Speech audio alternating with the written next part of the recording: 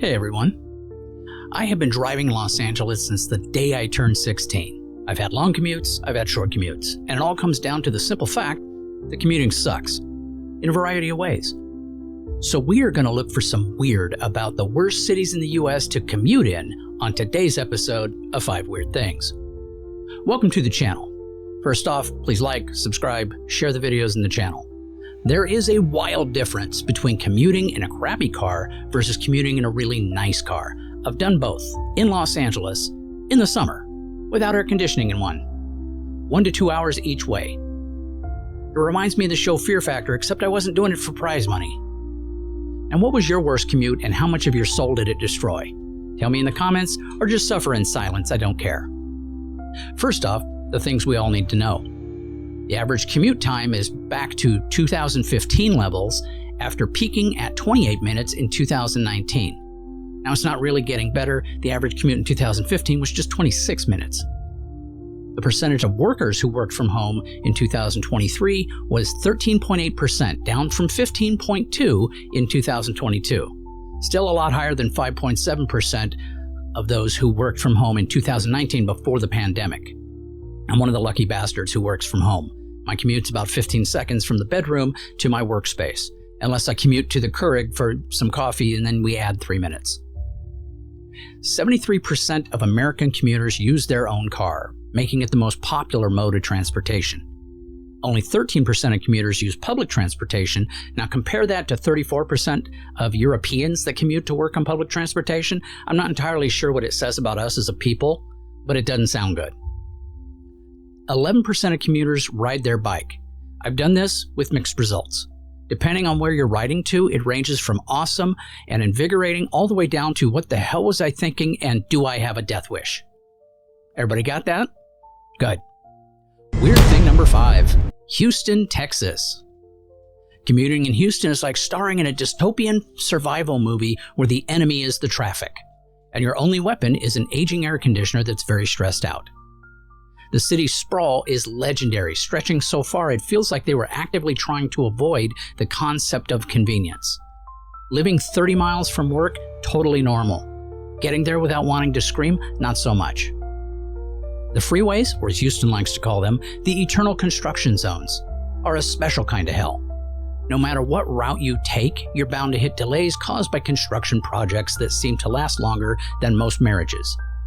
Potholes abound too, because apparently fixing the roads isn't part of the plan. The drivers, they operate on vibes and adrenaline. Speed limits are mere suggestions, turn signals are mythical, and merging is a game of chicken where everybody loses. Bonus points if you're trying to navigate during a rainstorm, which turns roads into a slip-and-slide death trap thanks to Houston's laughable drainage systems. Parking downtown is another layer of torment. If you can find a spot, congratulations, you've won the privilege of paying a small fortune to leave your car in a lot that smells suspiciously like regret and fast food. Public transit? Oh honey, that's sweet. Houston has some, but it's about as useful as an umbrella in a hurricane. The buses are slow, the routes are limited, and the heat makes waiting for one feel like you're basting yourself for dinner. In Houston, commuting isn't just a journey. It's a daily reminder that life is cruel, so is traffic. Buckle up, it's going to be a bumpy ride. Weird thing number 4, Miami, Florida. Commuting in Miami, Florida is like a high-stakes action movie, except that it's not fun, there's no paycheck, and the explosions are just your temper. First, the traffic. Miami's highways are parking lots with a side of honking, especially during rush hour. The express lanes, they're kind of a cruel joke. You'll pay extra for the privilege of sitting still in 1 to 2 lanes. Miami drivers are in a league of their own. Turn signals? Never heard of them. Speed limits? They're kind of like speed suggestions. And let's not forget the creative lane changers, who swerve like they're auditioning for a movie called Fast and the Furious Miami Drift. Add in an army of motorized scooters darting in and out of slowed traffic in the city, and you've got a recipe for chaos. Then there's the weather. Commuting in Miami means either sweating profusely in gridlock or navigating torrential rain so sudden and intense it feels like the apocalypse. Bonus points if you can dodge the inevitable flooding that transforms the streets into rivers. Public transportation is not much help. Miami's Metro bus and Metro rail systems are limited and infrequent, leaving most commuters stranded in their cars. Even when they work, good luck finding a route that matches your schedule without requiring Sherlock Holmes-level planning. In the end, commuting in Miami is a daily exercise in patience, luck, and automotive survival skills. It's a place where the real MVPs, they're your car's air conditioning and your playlist. Those both keep you sane while the city throws every possible obstacle in your way. Weird thing number 3. New York, New York. Commuting in New York City is not for the faint of heart. It's a daily endurance test that requires nerves of steel and tolerance for chaos. First, there's the subway, a mythical beast that operates on its own unpredictable whims. Trains either arrive in rapid succession, leaving you dashing between platforms like a stressed-out gazelle, or they disappear entirely, leaving you staring into the dark abyss of the tunnel, questioning your life choices. And when they do arrive, good luck finding a seat. It's standing room only, shoulder to shoulder with strangers who may or may not have discovered deodorant recently. Above ground, the streets are like a gladiator arena. Traffic crawls at a pace that would embarrass a turtle, thanks to gridlocked avenues, double-parked delivery trucks, pedestrians who fearlessly jaywalk as though they're invincible. Taxi drivers and ride shares weave through the chaos like they're competing in a demolition derby, honking at everything that moves and some things that don't move. If you're brave, or foolish enough to drive, parking is an unsolvable puzzle. Street parking is scarcer than a quiet spot in Times Square, and garages charge fees that make you wonder if you accidentally bought a share of that building. Public buses are no savior either. They're at the mercy of traffic and stop more often than a marathon runner with a case of flu-induced quacker shits. In New York City, commuting isn't just getting from point A to point B, it's a full contact sport. If you make it through unscathed, congratulations, you've earned your New Yorker stripes.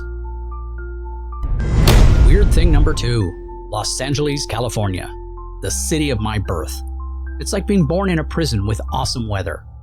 Commuting in Los Angeles is not just an inconvenience, it's a form of slow psychological torture designed by the universe to break your spirit. The traffic here isn't just bad, it's soul-sucking, never-ending, purgatory where your hopes and dreams go to die. The 405 is not a freeway. It's a parking lot with delusions of grandeur. And rush hour? Cute. Try rush eternity. Every driver in Los Angeles thinks they're starring in their own action movie. Cutting you off at 80 miles an hour? Sure. Merging without looking? Why the hell not? And let's not forget the motorcycles slicing through traffic at death-defying speeds like they're auditioning for Mad Max Fury Road. You get a front row seat for the chaos while sitting still. Parking is its own special brand of hell. You'll circle blocks for hours only to find a spot that costs as much as your rent, or it's so far away you need hiking gear just to reach your destination.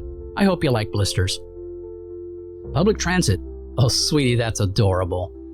The metro system is a patchy quilt of good luck, and buses crawl through the sprawl like they're dragging their existential dread behind them. You'll spend more time waiting than actually moving, all the while questioning every decision that brought you here. And the weather? Sure, it's sunny, but that just means the smog sticks around to choke you while you're sitting in traffic, listening to the same 10 songs on repeat because what else are you going to do? In LA, commuting isn't just bad, it's a slow descent into madness. Smile for the smog, it's watching you. And finally, weird thing number 1, Boston, Massachusetts. Commuting in Boston is like entering a chaotic, real-life escape room where the clues are written in Latin and the doors lead nowhere. First off, Boston's roads are a historic mess, literally. They were laid out centuries ago, following cow paths, drunken guesses, and maybe a gypsy curse or two. Street signs? Who needs those when you can just guess your way to work? Good luck finding a straight road or one that doesn't lead you into a spiraling circle of despair. Driving here is a blood sport. Boston drivers, affectionately known as massholes, have one rule. There are no rules. They'll cut you off, flip you off, and honk before the light turns green like they're in a competitive honking league. Blinkers are mythical creatures. They're spoken of, but you never see them. And roundabouts, or rotaries as in the local speak, are just arenas of pure chaos where only the strong survive. Parking, you can forget about that. You're going to pay a king's ransom to wedge your car into a space barely big enough for a toddler's tricycle. Or worse, you'll park perfectly legally, only to return and find your car towed, presumably because Boston parking enforcement needed it for reasons.